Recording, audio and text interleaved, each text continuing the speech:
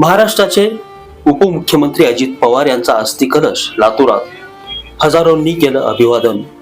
राज्याचे उपमुख्यमंत्री अजितदादा पवार यांचे 28 जानेवारी रोजी विमान अपघातात दुर्दैवी निधन झाल्यानंतर संपूर्ण महाराष्ट्रात शोककळा पसरली होती.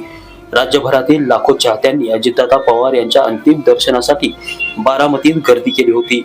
त्यानंतर सर्वांनाच अजितदादा पवार यांचं दर्शन घेता यावं यासाठी महाराष्ट्रातील 40 ठिकाणी स्वर्गीय अजितदादा पवार यांच्या अस्थि कलश दर्शनासाठी पाठवण्यात आलाय.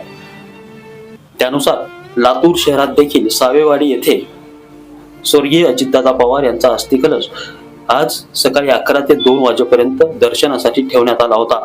यावेळी लातूर शहर आणि जिल्ह्यातील हजारो चाहत्यांनी स्वर्गीय अजितदादा पवार यांच्या अस्थींना विनम्र अभिवादन केलंय. आज महाराष्ट्रामध्ये 40 ठिकाणी दादांच्या अस्थि कलश गेलेले आहेत. 25 तारखेला दादांची आमची शेवटची भेट गुरुद्वारामध्ये झाली होती. नांदेड येथे ते आले होते दर्शनासाठी. त्या दिवशी झाल्यानंतर 28 तारखेला ही दुःखद बातमी मिळाली. आज दादांचे स्वप्न होते की सक्षम महाराष्ट्रामध्ये सक्षम महिला व सक्षम युवकांचा योग झाला पाहिजे. ते दादांचं स्वप्न आणि या सगळ्या युवकांचं आणि महिलांचं स्वप्न अधुरं राहिलंय. आज सुद्धा आमचा विश्वास होत नाहीये की दादा आपल्यामध्ये नाही. नितीन बनसोडे, एकमत डिजिटल, लातूर.